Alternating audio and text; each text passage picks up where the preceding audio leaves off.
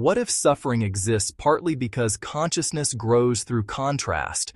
Imagine a life where nothing difficult ever happened.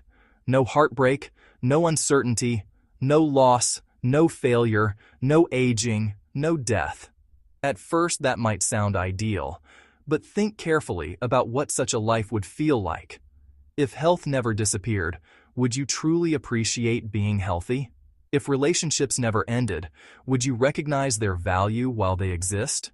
If success never required effort, would achievement feel meaningful? Without contrast, experience becomes flat.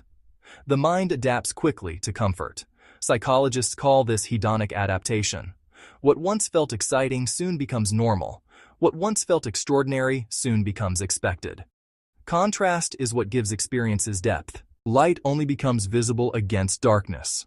Joy becomes visible against difficulty. Connection becomes visible after loneliness.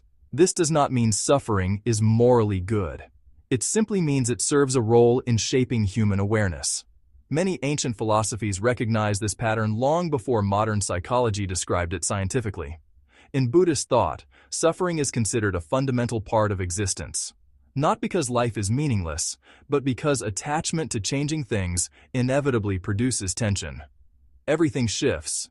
Everything evolves. Clinging to permanence creates friction. Stoic philosophy in ancient Greece and Rome also acknowledged this reality. Stoic thinkers did not believe suffering could be eliminated. Instead, they believed wisdom came from understanding what could be controlled and what could not. You can choose your actions. You can choose your character. You can choose your response. But you cannot eliminate uncertainty from life. Once this realization settles into the mind, something subtle begins to relax. The struggle against reality softens. Instead of constantly asking, "How do I avoid pain?" the question shifts toward something else.